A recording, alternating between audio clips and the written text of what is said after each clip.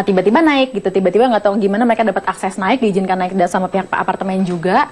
Dan udah gitu aku berusaha untuk menjelaskan kok bisa gitu. Mereka bawa surat perintah gitu dari si dokter Richard ini, dan aku merasa saya baik-baik aja, saya sehat-sehat aja. Plus anehnya mereka juga bawa ada perwakilan dari kepolisian waktu itu, satu orang. Dan aku bilang saya nggak ngerasa melakukan apapun belakangan ini, selama ini gitu, melakukan apapun yang membuat saya pantas diinjeksi segera, langsung dibawa ke rumah sakit, pokoknya diberi tindakan seperti itu gitu loh.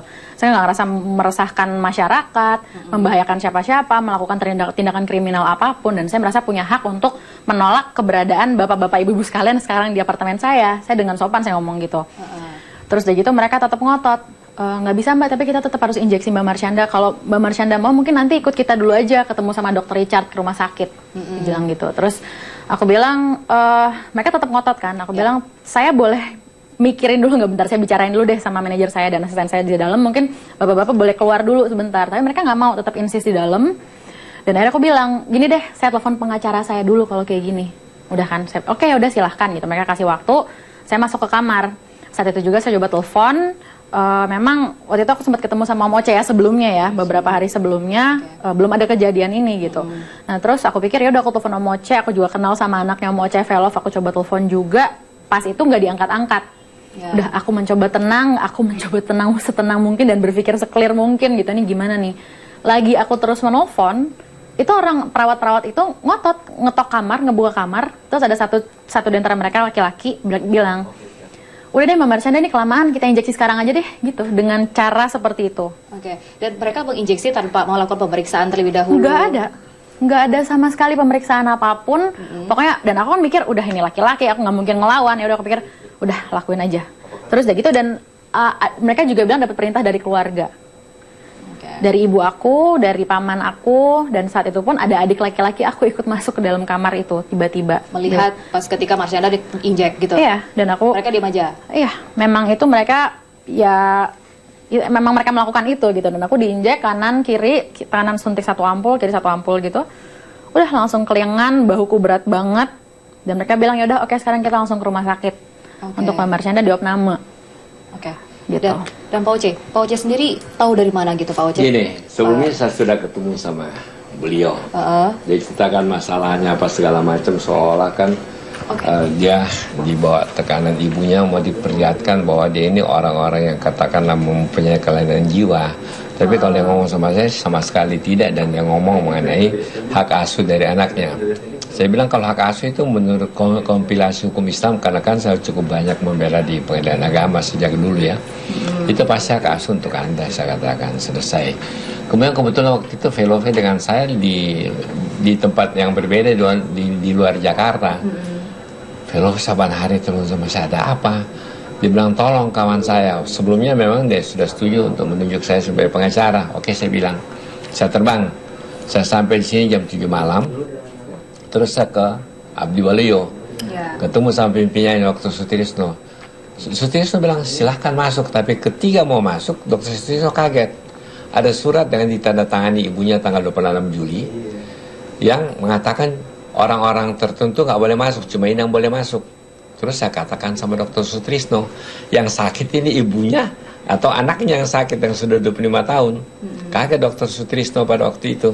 Kecuali saya bilang bisa dia kasih lihat penetapan pengadilan bahwa dia dibawa perwalian.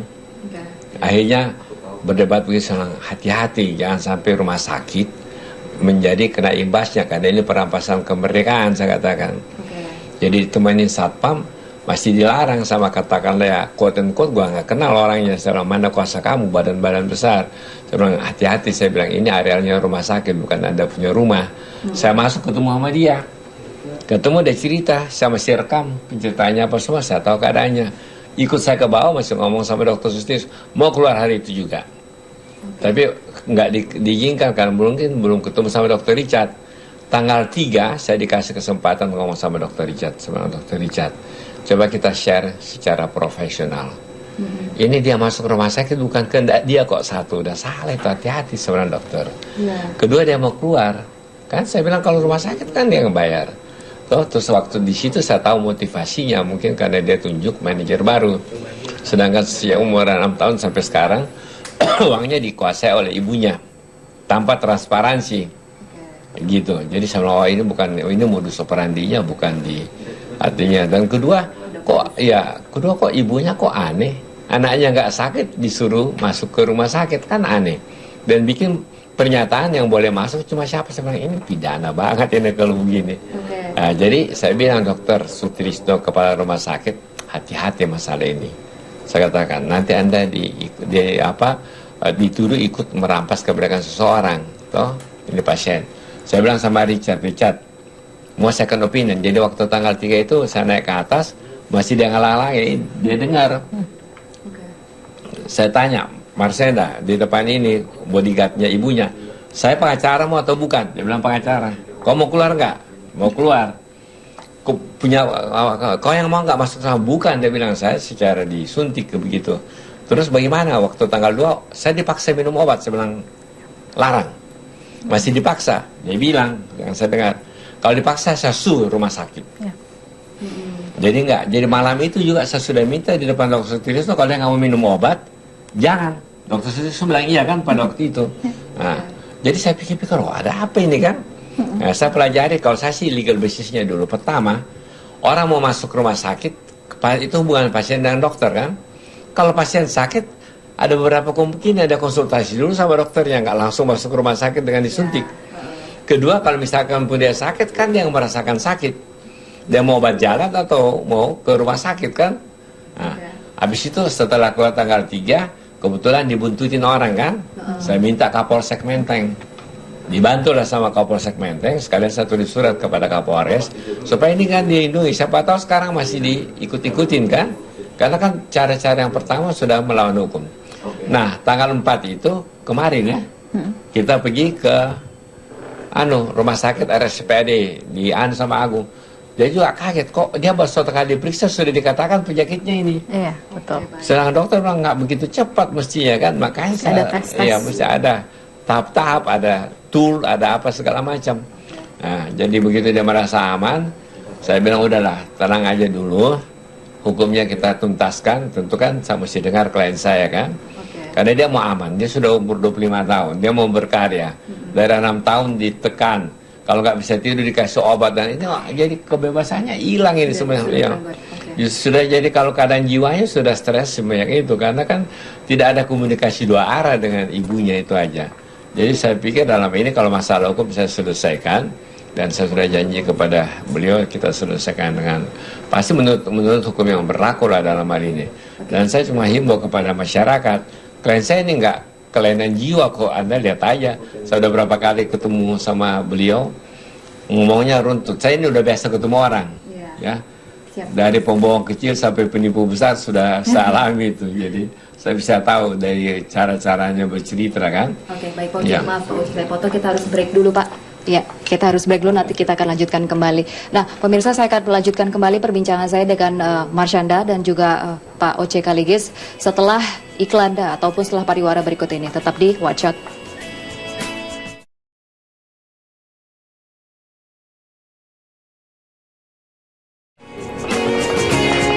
Ya, pemirsa, kembali lagi di Watch Out. Nah, saya masih bersama dengan Oce Kaligis dan juga Marshanda, masih bercerita atau masih membahas mengenai cerita atau tragedi ya. Bisa dibilang seperti itu Pak Oce? Bisa dibilang kalau bahasa wartawan saya pasung supaya menarik perhatian. Karena kan kemerdekaannya dirampas, nggak bisa berhubungan dengan siapa-siapa. Untung saya yang muncul. Jadi kebetulan saya juga banyak akses dengan rumah sakit itu. Jadi Dokter Sutrisno izinkan dan akhirnya keluar itu aja. Kalau nggak kasihan dia. Kalau perlu 1 bulan ya. Bisa langsung. Nggak tahu deh keluarnya berapa lama. Iya, tapi Marshanda sendiri berapa lama ditahan di rumah sakit itu? Tanggal 26 Juli sampai tanggal 3 ya. 3 Agustus 8 hari. 8 hari. 8 hari hidup di rumah sakit tanpa ada sentuhan dari dunia luar. Boleh, HP ku diambil sama siapa perawat dari pertama aku nyampe kamar situ, dan manajerku sama asistenku diusir keluar, dan gak ada yang nemenin juga. Keluargaku juga gak nemenin, maksudnya ngikut nginep malam gitu, gak ada sama sekali. Paling kalau mau visit siang datang, sore pulang, kayak gitu-gitu aja gitu. Dan selama di rumah sakit itu juga selalu dijaga. Saya baca waktu itu dijaga oleh bodyguard, oleh preman. Ada bodyguard dari mama ya, di depan kamar ngenungguin kalau misalnya ada tamu yang di luar dari 11 nama yang dituliskan oleh mama, nggak boleh masuk. Kita ada fotonya ya dari bodyguard itu, mana fotonya? Ya, dan itu hari pokoknya aku inget setelah aku sampai kan habis disuntik 2 kan kanan kiri, aku langsung suruh minum obat lagi 3 tablet dan udah aku tidur. Dan pokoknya aku inget pas aku udah sadar tuh bangun, aku ngeliat jam tuh jam 1. Nah aku nggak tahu tuh ini jam 1 siang apa jam 1 pagi, terus gue nggak sadar berapa hari itu, aku sama bener-bener nggak ngerti gitu. Dan aku sempat badanku bener-bener lemes, kakiku tuh lemes, terus sampai otot-otot mulutku tuh karena obat yang aku minum ya, Itu efeknya. otot-otot mulutku tuh lemes, jadi kalau ngomong tuh kayak gitu, kayak susah gitu loh, sampai hasilnya seperti itu gitu. Dan Marsyanda sebenarnya ada permasalahan apa dengan keluarga, khususnya dengan ibunya sendiri, dengan ibu sendiri? Kalau yang kemarin terjadi sih ya, yang paling terakhir aja deh gitu, memang kelihatannya keluarga tuh sangat sulit menerima keinginan aku untuk hidup mandiri. Aku pengen pindah dari rumahku, rumah mama. Okay. Aku pengen hidup mandiri, aku tinggal di apartemen, dimana aku pun juga ngomong ke mama dan adik-adik gitu loh. Aku mau pindah, aku mau hidup mandiri, aku udah 25 tahun, aku punya anak. Aku rasa nggak ada salahnya, aku mau hidup sendiri gitu. Dan toh aku masih akan main ke rumah seminggu sekali dan segala macam. Tapi mereka melihat itu, nggak tahu ya, sebagai bentuk salah aja pokoknya gitu, pemberontakan, aku meninggalkan keluarga, nggak peduli lagi sama mama, adik-adik, apa segala macem. Dan ya terjadilah tiba-tiba beberapa hari aku di apartemen, penggerebekan itu dan penyuntikan paksa itu terjadi. Oke. Dan Pak Uce? Ini yang bodyguardnya. Tapi Oh, mereka gitu. sama saya cukup baik ngomongnya. Sebelah Anda itu kan cuma disuruh ibunya, saya katakan. Jadi cobalah kita secara proporsionalnya saya masuk. Saya nggak marah sama Anda loh, saya bilang. Saya juga artinya pengacara yang profesional, menjalankan tugas karena undang-undang. Jadi saya bilang kita masing-masing pada tempat masing-masing, tetapi saya bilang jangan melarang saya untuk masuk ke dalam, karena saya adalah pengacara Marsyanda. Hanya mereka kasih masuk juga. Jadi kita bisa dialog. Saya ngerti Anda di mana. Jadi saya ngomong secara baik dan mereka juga menjawab dengan baik. Jadi akhirnya saya masuk. Pak Uce kan menulis di kertas bahwa ini ada motivasi pemasukan ini antara lain karena Marsyanda dianggap atau dijadikan ATM berjalan. Pak Uce sendiri yang menyatakan seperti itu. Saya nyatakan karena dari hasil wawancara saya sama beliau, ketika beliau mengatakan bagaimana hasil uang saya yang masuk kepada ibunya nggak mau secara transparan, bahkan ibunya cenderung untuk marah.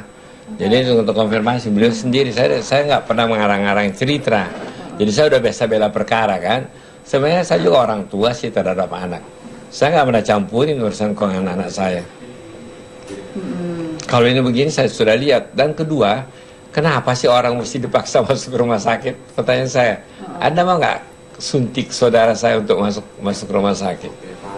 Kalau saya nggak mau, Pak Uce. Kalau saya sih secara menghukum saya sudah mengatakan itu perbuatan melawan hukum. Kalau saya katakan saya nggak mau lebih-lebihin ya. Makanya saya berjuang. Saya selalu kalau mengatakan sesuatu itu selalu saya pertimbangkan ada dasar hukumnya. Karena mohon maaf ya sebagai pengacara yang sudah 48 tahun nggak sembarangan. Dan beliau bukan artis pertama yang saya pegang. Dari dulu Anda kan lihat. Iya. Betul-betul banyak banget artis yang saya pegang dari dulu. Mulai dari Lydia Kandou, Sofan Sofet sampai sekarang sampai katakanlah. Ya. Pak Uce kan di sini juga tertarik. Pak Uce menggunakan istilah dipasung begitu Pak. Itu kenapa Pak Uce menggunakan istilah dipasung? Karena kemerdekaannya terenggut gitu Pak. Jadi ya dirampas kan. Kalau saya nggak kata pakai istilah pasung bahasa koran, orang nggak tertarik. Apa itu? Saya kan juga setengah wartawan. Saya punya ijazah kok untuk wartawan. Saya ujian kok itu. Oke. Jadi karena Memang waktu itu dia terisolir dari dunia luar. Iya. Ini ada orangnya. Bukan saya kata. Kalau saya nggak pakai kata pasung, nggak ada Metro mau datang kemari. Saya kelabakan juga terima telepon. Aduh. Iya. Mesti bahasa yang eye catching. Oke. Jadi memang di samping karena juga merasa terisolasi, kemerdekaan tidak dapat secara hak asasi manusia begitu ya. Jadi memang akhirnya Pak Uce mengatakan itu dipasung karena memang begitu ya Pak. Pertama kali saya mau kirim dia nggak boleh masuk. Anak kecil sih. Si Jesse padahal dia yang pegang Pengacaranya, CDs. Om Oce. Iya pengacara saya kan saya ada 80 pengacara. Loh, saya sudah merasa aneh kan. Sedangkan Abdi Waluyo kenal kita mohon maaf kita penasihat hukumnya Abdi Waluyo kok. Jadi kalau nggak begitu saya nggak bisa masuk juga. Tapi Dr. Sutrisno cukup baik kerjasamanya. Sekarang dia kelabakan. Wartawan kumpul semua di Abdi Waluyo. Jadi susah sendiri gitu. Dan untuk Marsyanda sendiri memang sudah berapa lama konflik internal ini kemudian terjadi di Lama sejak aku kecil sih ya. Memang aku dan Mama panjang lah kalau aku ceritain di sini nggak mungkin cukup gitu ya. Sangat panjang sekali pengalaman-pengalaman traumatis yang aku alami sejak aku kecil ya, dari TK, SD, mulai ya perlakuan mama ke aku yang kurang inilah. Gitu. Jadi kalau untuk yang peristiwa ini sendiri, ada sebelumnya kan baik-baik aja, terus akhirnya kemudian tiba-tiba itu baik-baik kata Anda, tapi batinnya dia kan tanya aja sama dia. Itu kan kesan baik-baik aja, makanya kita juga nggak mau ngomong ngumbar ini berita kepada nanti dia pelintir segala macam. Dan yang aneh lagi tuh ketika pihak rumah sakit udah melihat Om Oce datang, mamaku sempat nelfon, Caca ada apa kok tiba-tiba ngubungin Oce Kaligis, ini maksudnya untuk apa ya kalau mama boleh tahu. Dan aku bilang, jujur aja Caca nggak ngerasa aman dengan keluarga ini. Caca tiba-tiba didatengin perawat, maksa nyuntik Caca, nahan Caca di rumah sakit atas suruhan keluarga. Caca ngerasa butuh minta perlindungan hukum dari Om Oce, aku bilang gitu. Kok terus bisa ngubungin Om Oce dari mana? Karena mama taunya kan selama ini kan aku di rumah sakit nggak boleh pegang HP segala macam. Padahal aku udah ketemu dari sebelum aku masuk rumah sakit memang dengan Om Oce gitu. Dan manajer aku yang membantu mengkomunikasikan dengan Om Oce semuanya gitu. Nah terus yang aneh ketika pihak rumah sakit udah tahu ada Om Oce datang, kan Om Oce sempat keluar lagi ya, sempat ngurus bikin surat-surat segala macem. Nah anehnya saat itu tiba-tiba aku kan nggak melakukan apa-apa ya, nggak kayak tiba-tiba berontak atau apa, tapi tiba-tiba suster masuk bilang atas perintah dokter Richard Budiman, kita harus suntik Mbak Caca lagi nih. Dia bilang aja, saya punya hak untuk menolak, dan kalau misalnya suster di sini tetap memaksa dan tanpa ada persetujuan dari saya dan penasihat hukum saya bisa suruh rumah sakit ini karena mereka mundur. Padahal di depan dokter Sutrisno sudah saya katakan waktu itu malam-malam dia nolak untuk minum obat. Sutrisno bilang iya. Makanya saya kaget waktu itu kamu apa cukup tegas. Iya. Dan untuk Marshanda sendiri ada hikmah apa? Ada pelajaran apa yang bisa diambil dari peristiwa yang terjadi saat ini di Marshanda begitu? Sebenarnya ini sesuatu yang apa ya? Udah aku hadapi dari dulu. Cuman aku belum mau menerima kenyataan yang sebenarnya apa? Kenyataan bahwa orang atau apa ya, keluarga gitu yang semestinya jadi safe place buat seseorang, tapi malah itu yang paling membahayakan buat aku gitu loh. Jadi ya aku mesti ceritakan panjang lebar untuk mendescribe itu maksudnya apa gitu ya. Tapi ya pelajaran yang aku dapat adalah ya mungkin apa yang kita tanam itulah yang kita tuai, dan itu berlaku untuk siapapun. Dan dari aku awal masuk rumah sakit, hari pertama aku bilang sama manajer aku sebelum dia diusir keluar kamar, miracle will happen, lihat aja. Udah aku biarkan aku setiap hari disuruh paksa minum obat segala macam sampai akhirnya datang Om Oce dan sebagainya gitu, dan the truth will be revealed gitu loh. Apa yang sebenarnya terjadi selama ini akan terbuka gitu. Dan untuk Pak Oce sendiri ada apa langkah hukum yang akan Pak Oce lakukan untuk rumah sakit? Dia bisa mandiri. Dia tidak mengalami kelainan jiwa itu yang untuk masyarakat, dan dia bisa berkarir, itu aja. Dan saya cuma minta jangan orang ganggu sama dia. Karena sebagai orang dewasa, dia tidak melakukan pelanggaran hukum. Dan tentu ada upaya saya lebih lanjut, dan itu tidak usah saya katakan kepada umum. Ya, karena itu kan rahasia profesi, apapun itu antara saya dengan dia, mungkin dengan dia punya manajer. Saya tidak pernah bertindak sendiri. Tapi yang pasti, saya sebagai ahli hukum, saya akan menjalankan itu sesuai dengan hukum yang berlaku. Jadi itu baik terhadap rumah sakit maupun juga terhadap pihak keluarga akan ada konsekuensi hukum ya. Kalau rumah sakit kan coba menerima, dia nggak tahu apa-apa. Untuk kalau sampai rumah sakit nggak kasih keluar sama dia, itu masalah hukum. Loh, tapi akhirnya kan saya juga mesti objektif ya. Akhirnya karena saya bilang, saya coba menjelaskan, dokter Sutrisno kasih dia keluar. Jadi nggak bisa saya katakan, karena siapapun juga bisa masuk kan. Ya, cuma rumah sakit nggak tahu dia punya prolog pada waktu itu apa yang kejadian. Setelah saya ceritakan mereka kaget juga kok ada sebegini. Jadi ada juga yang mereka sembunyikan di rumah sakit. Sekarang udah mulai jelas. Jadi memang sedang dalam masa proses, akan diproses oleh Pak Oce berarti ya Pak? Sudah dalam proses, bukan akan diproses. Sudah dalam proses. Ya, sudah dalam proses, beda dan akan dengan. Ya kan? Siap, terima kasih banyak Pak Oce dan juga Marshanda. Semoga kasus ini cepat selesai, cepat beres dan baik bagi keduanya, keluarga Marshanda, bagi Marshandanya sendiri begitu. Ya, demikian perbincangan saya pemirsa bersama dengan Oce Kaligis dan juga Marshanda. Kembali ke Hariman dan juga Anissa.